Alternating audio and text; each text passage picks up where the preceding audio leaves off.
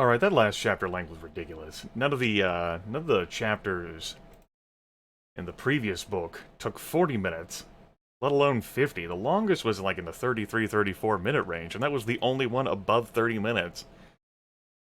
This book has just as many chapters as the first one did too. Whew, my throat is in for quite a journey. Speaking of journey, we're still pretty offensive, but by the very necessity of being here and working a strategy at the Hero Project, we've become more of a team player. Uh, our fame and lawless stats dropped down from where they were at the book start, but we're working on them. We're working on them. And we're also incredibly popular and loved, despite the vicious betrayal. Legend of 75, tons of money, Black Magic loves us. I think that's even up a percentage point from start. I think it started at 94 at the beginning of this book. Jenny's a little upset and lucky. We started at 50. And along the way, Rebellion and Rexford feel better about us too. Grandma still loves us. Of course she does. Let's go. Next chapter, Kulik's Castle, Chapter 8. The hairs of his antennae brush against the girl's face as he sucks her dry. He has his human hands on her waist while his long proboscis pierces her neck. The smell of blood hangs in the air, but you can't tell if it's from Kulik's feeding or the wetness dripping from your hooks. No, not your hooks, those are Speedy's. This is your memory, it's his. The government agencies linked to Mission Control have provided the Hero Project Final 12 with a top-secret piece of psychic interrogation ripped directly from Speedy's mind. It's kind of spooky. The DRPR has all kinds of laws governing the use of psychic interrogation since it's generally viewed as a gross violation of personal privacy. Plus, most psychics tend to be volatile and generally impenetrable, making them difficult to employ. However, Speedy's high threat level obviously cleared the regulations for psychic use. So right now you're taking a mental tour of select Speedy memories in the hopes of painting a fuller portrait of the enemy you face. Though it's not a task you particularly relish, as the virtual reality helmet was being lowered on your head, you knew that whatever you were about to see, it wasn't going to be pleasant. Of course, the first thing you saw through Speedy's eyes was the aftermath of an anti-gang rumble. "You're new around here, huh?" you hear Speedy say, though it feels like it's coming from your own mouth. It's not the only thing that is highly unsettling about this experience. "The name is Kulik," he says, sliding his proboscis out of the dead girl. "It's only now that you notice her webbed duck hands. And I have a feeling we're going to be great friends." Moving on, you are instructed to tour Speedy's memories in the order presented to you, but you are still given a menu to go in whatever order you think is best. Let's do them. "Do you think we'll ever get to meet him?" Speedy says, blinking through heavy eyelids. You can feel yourself fighting off a yawn. Seeing the world through Speedy's eyes seems particularly exhausting. "Smither is a very busy man," Kulik says, pulling his hood tighter across his head as some pedestrians walk by. "But I have a few ideas I think you'll like very much. He's the only one to ever give people like us a place in the world. Well, just don't forget us little people when you make it into the Splice Circle. I told you, Speedy, you really have to stop selling yourself short. You have a point of view to offer the world that no one else can possibly understand. There's no one else like you." "Tell that to my dear old dad," Speedy says, licking at one of his claw paws. "He used to say, 'What our small-minded parents had to say about us remains entirely irrelevant.'" Kulik interrupts, putting on hand Speedy's shoulder to stop him from walking. "The world belongs to the unwanted, Speedy. You have to—" "Slugging gene hazard!" The bat swings down towards Kulik's head, but he has already spun out from under the blow, like a fly dodging a swatter. The bat connects with Speedy's nose instead, and you can see blood squirt forward underneath your eyes. It almost hurts. Kulik's hood has fallen off, and he's screaming, already having jumped on the man's back. He's about to pierce the attack with his proboscis, but two more men pull Kulik off and smash him to the ground. You have trouble seeing what happens next because Speedy's eyes have teared, and he has fallen to the floor. The last thing you do see before everything goes back is a boot coming at Speedy's face. You're not sure how much time has passed when Speedy opens his eyes again, but you can just make out the blurry image of Kulik laying on the pavement nearby. He reaches down a bruised hand, one finger hanging at a broken angle, and places it on Speedy's chest. "One day we will rise," he says, his buzz voice sounding thin, "and every Annie kid will be treated like royalty." The death. Speedy walks through an abandoned house and up to a closed door, one that is painted a shiny black. He doesn't bother to knock, instead, pushing the door open to a cloud of steam. The small room looks like it's sweltering with beads of condensation running down the walls, invisible heat waves running across the only window. The room is mostly empty, save for dozens of stacks of books and used journals, which sit beside a kiddie pool filled with murky yellowish water. There's also a faded photograph of a young boy standing next to a woman with the body of a praying mantis, with a caption that reads, "Geraldine and Gerald. Could that be Kulik's? Kulik, you up here? Speedy says, pawing at his moist fur as he scans the room. Kulik, Kulik, the Culster, Call Rooney, call my man, call, just call him Call. Instead of Kulik, Kulik, Cue-ball. Up here, the familiar buzz voice says. Speedy looks up to the ceiling to find Kuhl. I think I'll persist with Kulik, positioned there, his thin mosquito legs fashioning him to the ceiling. You've never seen him out of his bodysuit. He has a lean torso that could belong to a model, if not for the mosquito bits sticking out of his bare skin at precise intervals. Speedy, what's wrong? He asks, dropping down from the ceiling and sounding as concerned as his human voice will allow. It's Smither, Speedy says, his eyes growing watery. They say he's dead. Kulik doesn't speak. He seems frozen, like these words have somehow stopped his heart. Everyone is freaking out. They're saying that the Cloven are going to make a play to take out the other Enigangs. The scales are already... None of that matters, Kulik says, his human fist clenched and shaking at his sides. He raises his head and points his proboscis directly at Speedy, the only indication of where he's focusing his attention. I'm going to tear it all down, Speedy. It's our turn now. The Gathering. I'm so pleased you all could make it, Kulik says. It's wonderful to meet most of you in person after our long correspondences. Speedy sits at a large rotting table in what was once a castle's grand dining room. A broken chandelier hangs precariously above, which Speedy keeps eyeing. I would like to welcome you to the first official meeting of a very special group, the mastermind says from his spot standing at the head of the table. Right now we may be seen as jokes, forgotten punchlines, and human stains. Our names are synonymous with sin and disgust, disgrace and misunderstanding. That's all about to change. Soon enough, the entire world will know our real names. And they'll cower in fear before the great infra-order. He means this is a rallying cry, but the three members of his audience aren't yet roused to cheer. Speedy looks across at little Jagged, who seems to be not quite there, lost in some kind of high. And Clef just stares at Kulik, his hands clasped, and a huge smile showing underneath his cello face. There is much for us to do in the coming months, but we have one very important task to begin with, he says, holding up a printout of a Millennial Orbit article, which is oddly old-fashioned. That's when you notice that none of the Infra-Order have me chips on their forearms. Clearly they've gone totally off the grid. The photograph in the newspaper shows Madame Weiss lying lifeless in Black Magic's cage, a bloody S cut into her face. It seems we have one last member to recruit, Madame Weiss. Kulik says, forcing the closest thing to a smile his face can simulate. Okay, I'm done. Lifting off the virtual reality helmet, you have to blink several times. You have the taste of metal in your mouth, and you feel like you should take a shower. There's something about being inside someone else's memories that just feels so unclean.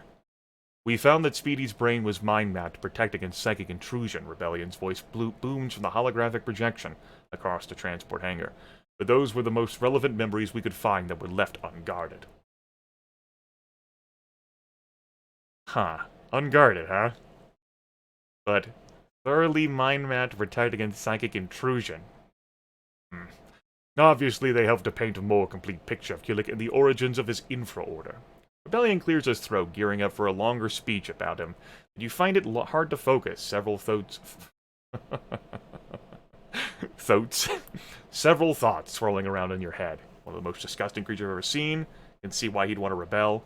It's clear that he knows how to appeal to other unwanted people. He's even more dangerous than I initially thought. I just can't wait to... It's clear that he knows how to appeal to other unwanted people.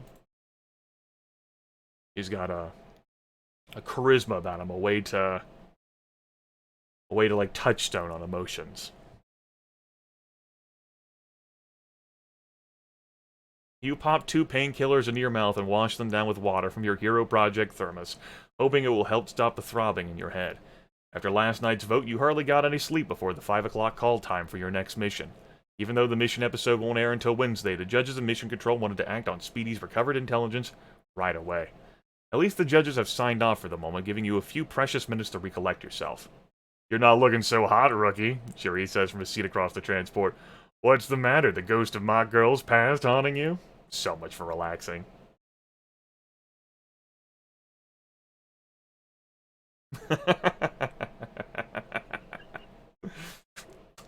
Let's be clear here. Let's level with him. No mistake, no disgust. We despise and loathe the victims with every fiber of our being. I just wish I could have voted for you.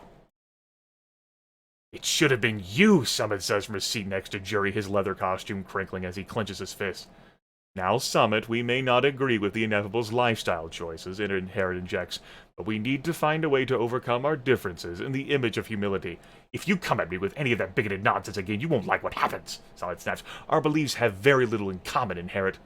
We both believe the place of powered people in our society needs to be re-examined, Inherit starts, shifting his eyes to you in the crush.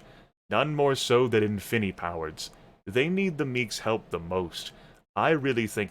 Let's get this clear right now, Summit says, trying to keep his voice calm.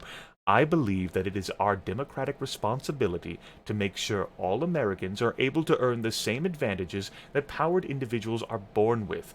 Wanting to even the playing field for the sake of the American dream is quite different than wanting to round up all the powered people in concentration camps like you Meek freaks do. That's a gross misinterpretation of the Meek's movement beliefs, Inherit says, holding his hands in his lap. Everyone in the transport, especially the producers, wait for a follow-up from Inherit, but there doesn't seem to be one. Which is just as well because you've got plenty to say. You've been waiting for an opportunity to speak up about this for a while now. I don't think any of these matter.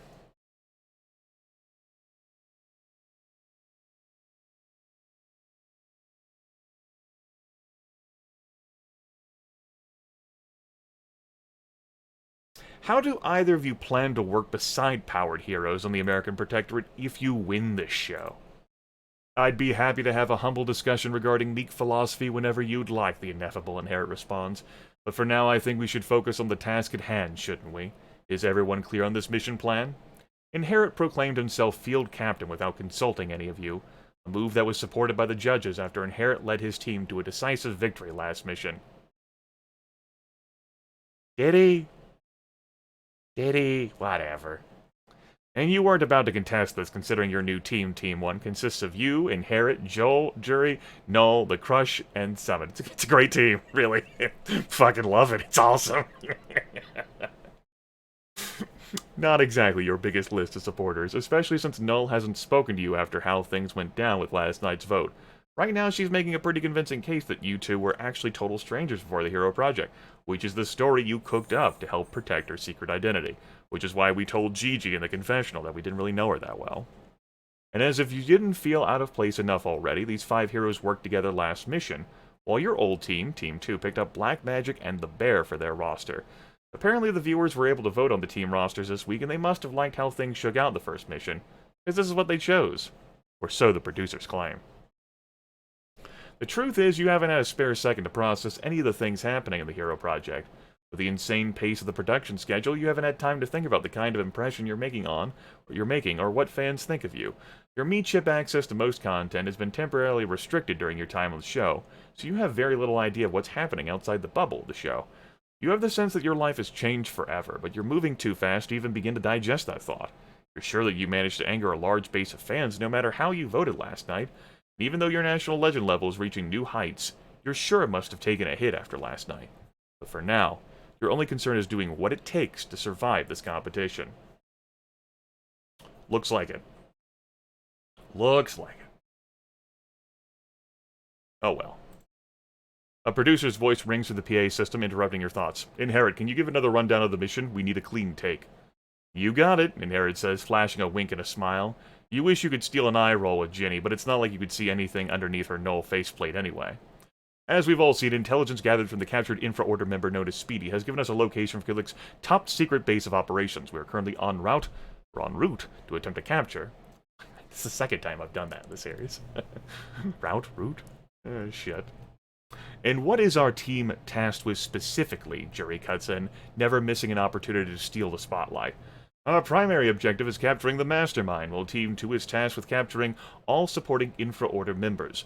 We are cleared to act as solo heroes or as a unit as deemed necessary. We're not sure that Kulik will still be there, but we're hoping that he thinks Speedy's psychic defenses held up, and he believes his base is still secure. However, our secondary directive is to gather as much evidence as possible.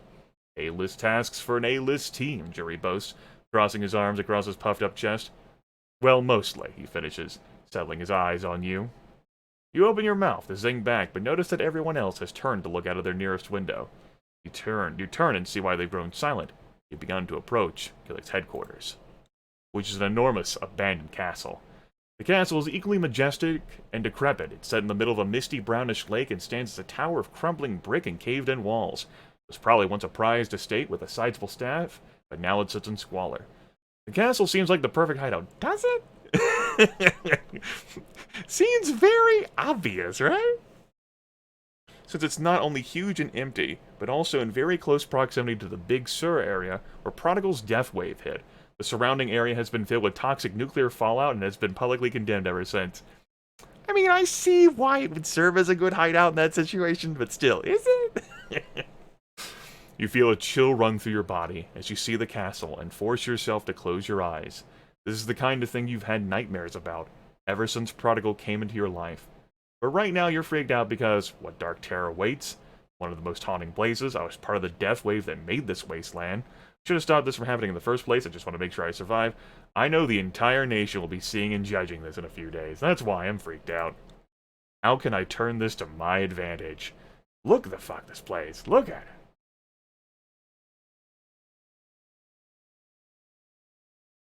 Damn, I'm actually conflicted here. I was a part of the death wave that made this happen, and that brings all sorts of flashbacks. Don't feel guilty. But, yeah. This is the hell that came about due to Prodigal's death wave. Character may still not be able to let that go. Time to suit up, Inherit says, unbuckling his belt. Since the air here is compromised, you've all been issued sleek hazmat suits, except for Null, whose costume already protects against biohazards. Each suit is emblazoned with the Hero Project logo, but also customized for each hero. Your suit is in your costume color scheme and has a silvered ring positioned in the middle, so that viewers can tell who you are. I just want to remind everyone that this could be the biggest mission of our respective careers, Inherit says, paying particular attention to the camera beside him. Whether any of us end up winning this show or not, being the heroes that bring in Kulik will mean quite a bit. Something tells me we will humbly remember this day for the rest of our lives. Or we'll all die, the Crush says, breaking his silence for the first time this entire ride. This may be a 3v show, but let's not forget these people are ruthless killers. Takes one to know one, Jury whispers loud enough for the Crush to hear. After that, a tense silence falls over the transport. For all their bravado, these heroes are right. This is a big mission. Millions of lives could be hanging on the balance depending on your success here. So what's most important to you, despite your given directives? Taking down Kulik, the Emperor Order, Intel, getting good airtime, teamwork, helping Jenny. You know, that's not what's most important, helping Jenny, no. No, she needs to have it come to, coming together and, break through some tension. We haven't had a whole lot of time to process each other or have a solid interaction or much of anything,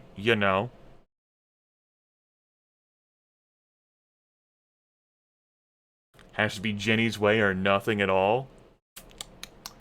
We're here to get good airtime, no matter what. Remember, we're a ruthless strategist. We came here to win. Make sure my team works together. What the fuck ever, right? Stealing yourself, all you can think is, here goes everything. 15 minutes later. After helping the Crush airlift Team 1 onto the borderlands of the castle grounds, you have to remind yourself to breathe. Though you shouldn't be this nervous, your Hero Project suits are configured to protect you from any potential sensors, so anyone on the island shouldn't be able to see you coming. And even though the cameras are under strict instructions not to record them, there are hundreds of SWAT agents surrounding the island perimeter to assist with the mission. While the Hero Project Final 12 have been tasked with taking point, the government isn't taking any chances at the same time. Still, despite these extra defenses, creeping along the damp perimeter sends a shiver through your bones. Now is not the time or place, the Crush says, and the sound of his voice sends a jolt through your body. But I would like for us to talk soon, while we're both still here. Every instinct is screaming at you to stay away from the Crush. You weren't even born when the Crush committed his unthinkable crimes, but you've read all about them. He's a cultish gang leader in his own right, just like Kulik or Smither. But you know what Ginny would say if she could. Find out everything you can. Let's brush up. The Crush. The most feared cult leader of the past century.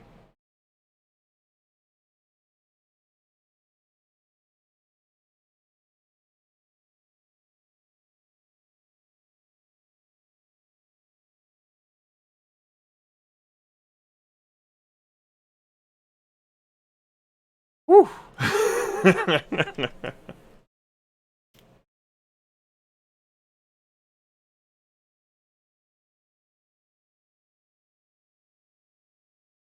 That's certainly a background, huh?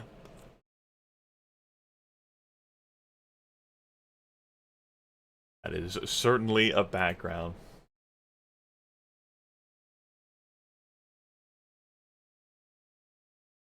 It doesn't really seem like this choice matters either. It's a bunch of dialogue just to describe, like, basically how you just want to feel about your character, I guess. We'll see. The Crush turns and you can feel his gaze piercing you. His creased brown skin seems to course with power underneath the suit. You bet he could kill you with a flick of his finger if he wanted. You two save the hazard talk for later, Jury hisses at you from his leading point beside Inherit. A flash of anger runs through you. So this is someone who's supposed to be in your alliance, poor history or not. Don't ever talk to me like... But suddenly an explosion rocks the island, one you immediately recognize as one of Lucky's body quakes. And then the sound of screams and blows fill the air. Team 2 must be battling someone. I can't get anything on the comms, Inherit shouts. Kulik must have something jamming communications on the island, which means we're on our own here. I can see through Black Magic's eyes, Jury says, holding a finger to his blonde head and closing his eyes. They're fighting some kind of robot army, and I think I can make out Little Jagged. They're on the other end of the island. Inherit is about to bark out orders, but you've already decided what you're going to do. Especially after me, Chip J2's warning strategy activated with a tip. Your best bet is to stay in character, honeydew. Work that strategy. So, it was, when I started this session, I looked at, I looked at, the library, I have, a Steam library and the games in there, and, the Perfect Legend Guide and, the warning system were apparently count as DLCs, and whenever I bought the entire trilogy of this years back, I got everything, which I think is how I had the Legend Guide to unlock in the first game. Or it had, some other perks or benefits. So yeah, that's how I had these things. And instead of having to pay, huge in-game currency for the warning system, which I would have still had anyway. I have tons of fucking money. But, J2's warning system's acting as a crutch for some choices. And pops up now to remind me to work that strategy. We're going to go where the action is then. We gotta fucking get the most airtime, baby. The Ineffable and Crush scan the perimeter to make sure no one escapes, Inherit shouts, taking off towards the sound of the melee. Everyone else follow me. Not wasting a second, you ignore his orders and fly ahead of him towards the battle. You're not following some half-baked orders concocted to put you at a potential leaderboard disadvantage. As you approach the scene, it's chaos. You see Black Magic and Stage Show back-to-back, fending off a cadre of robotic drones. Black Magic curses them to explode with purple energy, while Stage Show fries them with colorful laser light blasts. On a nearby cliff, Wintry stands guard over a block of ice, which appears to have Little Jagged trapped inside. Further up the cliff, Lucky stands with energy coursing across her body from a recent limb bomb, right next to the bear, whose enormous muscles ripple in anticipation. They appear to be at a standoff with Scoundrel? What the slugger is she doing here? And why is she holding Fumble's limp-bodied turkey claws to his throat? You fly with the rest of Team 1 ready to engage the battle when you hear the Crush screaming from behind you. We have to go now! It's all rigged to explode! You spin around to see the Crush flying out of the castle, a bundle of papers in his hand. You're about to ask what he's talking about when the castle grounds begin to explode into a succession of fireballs. If only we had stayed with him, examining the perimeter, right? But damn it! We had to fucking go! Be a fame monster! Back on the battlefield, you watch as Little Jagged suddenly seizes her moment. She cuts her way out of Wintry's ice block with her skin razors and makes a break for Scoundrel. Stage Show tries to shoot her down with a laser blast, but Little Jagged dodges under it, then leaps into the air to flip over Lucky's head. Before anyone can react, Little Jagged has her arm around Scoundrel, who drops her hostage. And next thing you know, both of them disappear into a fiery reflective haze. What the slugger? The entire 1-mile radius surrounding the island is blocked for all known teleportation frequencies. How could Little Jagged have possibly activated her teleportation powers through that? Bullshit! It's a thought that has to wait, however, as the entire island begins to go up in flames around all of the Hero Project finalists. The Ineffable, Inherit shouts, and you can barely hear its voice over the explosion blast. Use your Infinity powers to get us all out of here. Oh, is that right? Is the Inherit doing that right now? This is all happening so fast your head is spinning. You know the risks of using your Infinity powers? This is the first time you've been called upon to use them. But you don't have any time to dwell on that. How are you going to save everyone from the explosions? Okay, let's fucking use our Infinity powers to save everyone with nuclear enforced shields and grav lifting. Yep, gotta totally do it, honest. Yep, we totally got this. That improved the unleash. Without thinking twice, you generate the strongest energy shield you've ever attempted using an atomic spark. The purple energy encases the finalist on the ground, so you then focus on eliminating the gravity around the energy bubble. It takes all of your concentration to maintain the effect, but you lift the finalists above the explosions just in time. Then your head feels like it splits in two. For a second, the world goes black and you can hear yourself screaming, but you somehow force yourself to stay afloat and open your eyes. You see that your energy bubble has begun to drop and dissipate. Slugger! I've got them lifted. Just maintain the shield, the Crush says in his hushed voice, hovering beside you. No one will know the difference. You nod, pouring all of your focus into the shield. That was a very close call. If it weren't for the Crush. Slugger. And as the Hero Project Final 12 all hang in the air, you can't help but stare at the balls of flame erupting at your feet and wonder, whose head is going to roll for this? 2 hours later. Standing on the platform behind Colton, the mood is decidedly tense. Not just because someone is about to get eliminated, but because this mission was an out-and-out failure. Kulik obviously left Speedy's first meeting memory unprotected, in order to lure the Hero Project at the castle headquarters, then rigged the abandoned base to explode. Even worse, it appears Kulik has found a way to recruit Scoundrel. There's been no word on how this could possibly have happened in the 2 days since she was eliminated, but it's definitely not going to look good. Rumors are already swirling that she was a mole for Kulik from the beginning. You wonder what Jenny would have to say about this, but no, you'll have to wait to get any answers from her. And there's been radio silence from the Mastermind, which means there's no word as to what his larger intentions here were. But it's pretty clear you must have vacated the castle headquarters the moment Speedy was captured, then booby-trapped it for the Hero Project's arrival, and left Scoundrel behind as a big old screw you, joined by Little Jagged for a teleport escape, which government intelligence officials still cannot explain. All this means that, at the moment, the Hero Project production staff is on edge. Because as successful as the first mission was, this second mission was a complete mess. With expectations running as high as they are after the first mission, this will be a complete PR nightmare. You're back at the Hero Project base in the auditorium with the judges sitting in front of you. They all appear tense, but Rexford looks like he might burst. You can already tell the ceremony is not going to be pleasant at all. Though the only shred of success to come out of the entire mission was a set of discarded blueprints that the Crush found during his sweep of the castle, right before the explosives went off. Not that paragraph. Whatever. It's a single. Whatever. Doesn't matter. No one has been able to confirm exactly what the blueprints are yet, but everyone is hopeful they'll shed some light on Kulik's future plans, or be a plant, right? To be another goose chase, another trap. Which can only mean good things for Team 1's chances at safety, or at least you hope. Team 2 did engage Little Jagged and Scoundrel first. Either way, you already gotten to the point in the elimination ceremony when Colton announces the team that has won immunity for the week. You focus your attention on him, hoping for the best. The judges have turned in each finalist's leaderboard scores. As we all know, the team with the highest combined leaderboard score will win immunity, be safe from both eliminations this week, advancing directly to the final 10.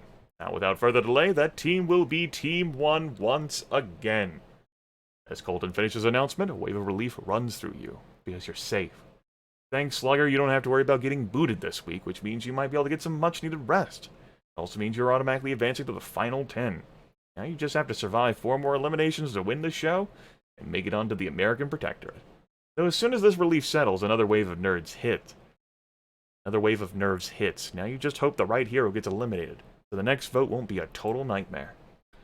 I think Team 1 really owes the Crush quite a thank you, Rexford says, looking over all his failed finalists with disgust. If it weren't for his heroic efforts in procuring those blueprints and saving you all at the end of the mission, you all might be dead right now. Rexford says this last bit with his eyes directly on you, causing your blood to boil. Motherfucker. Of course, you son of a bitch, Rexford. Looking at you. Even though the proceedings move on after that, you have a hard time stopping yourself from raging against Rexford in your head. You start to imagine yourself cursing him out right here in front of everyone, live on National 3V. By the time you pull yourself out of this little daydream and back into reality, Colton's announcement about the bottom 2 on Team 2 has already gone by. You have to glance back up at the leaderboard screen to keep track of who is already safe. And that's not fumble or lucky. Wintry wins immunity. Black Magic ties with Stage Show. Both scored identically because their impressive displays holding off the robot drones, allowing their teammates to engage Little Jagged and Scoundrel. However, they'll both still be eligible for the upcoming 11th place vote, which means that at the end of the ceremony, Lucky and Fumble stand center stage in the bottom two, one of them about to get eliminated in 12th place. At the end of this mission, these two heroes were most responsible for the biggest failures, Rebellion explains. As field captain for her team, Lucky wasn't able to successfully navigate this mission, which led to Little Jagged's escape. Wink wink. As for Fumble, he was the first hero to go down after mistaking Scoundrel for a hostage. He had been able to defend himself against Scoundrel's attacks. The mission might have gone entirely different. You look at these two heroes, both of whom you fought alongside and gotten to know. How are you feeling? I haven't really gotten to know them, because this has all been like a blur of intense, epic, crazy, bizarre activity. We had one fucking mission together before this. And then we were competing against each other and a bunch of other folks, to get the Gilded Keys. I don't really have an attachment to any of these people. I wish both of these heroes could go home.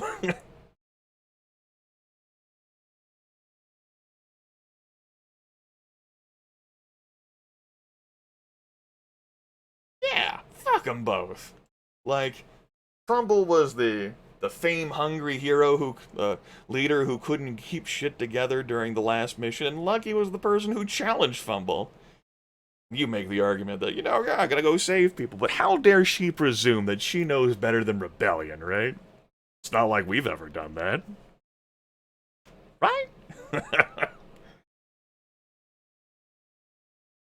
Fuck it, if both of them went home, that means that, we'd do better. Yeah.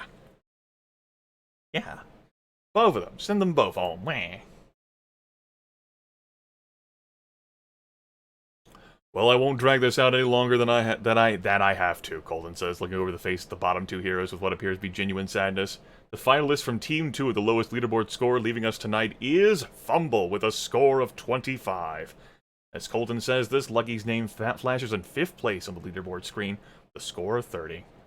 And the crowd shouts in protest as Fumble's jaw drops. Fumble has just been cut from the Hero Project, and the Populars have lost their first member. It hardly seems fair mistaking Scoundrel for a hostage was an error any of the finalists could have made. But in a week where the producers will want to cover up the mission's failure with drama and controversy, it makes sense that they'd cut Fumble and keep Lucky, who is definitely getting portrayed as the ultimate underdog, dodging near eliminations left and right. Yes, look at this storytelling right here. And sending Fumble home over her is sure to generate some shock and awe buzz as well. You watch as Stage Show runs across the stage to hug Fumble, sobbing as she goes. Lucky steps away, still looking stunned, while Colton cues Fumble's farewell holo video. And it breaks apart the couple too, lots of drama and controversy. It's gonna be great for ratings. As you watch, you realize how Fumble was quite the frontrunner in the competition so far. He was one of the finalists to snag a key in her final selection, then was the second chosen for the final 14. Even though he was on the losing team for the first mission, he had a high leaderboard score and sailed for the first vote, and our character was pissed about that. A solid member of the favored Popular Alliance. Obviously, with a track record like that, no one will see Fumble's elimination coming, and maybe that's the point, you think, as you watch Stage Show lose it. Breaking up America's favorite couple is sure to draw a lot of attention. Yes, Grimith knows. How are you feeling about Fumble's elimination? One more down, 5 left to go.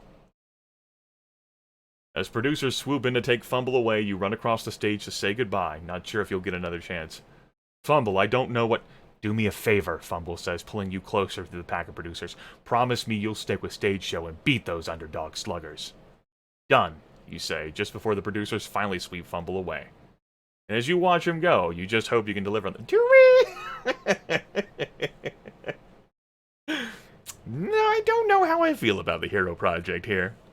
I just don't know how I feel about this story. Do I?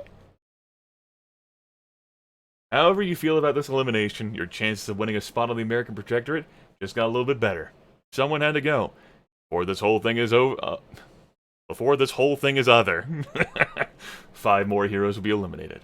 You can only hope you keep finding ways to make sure it's not you.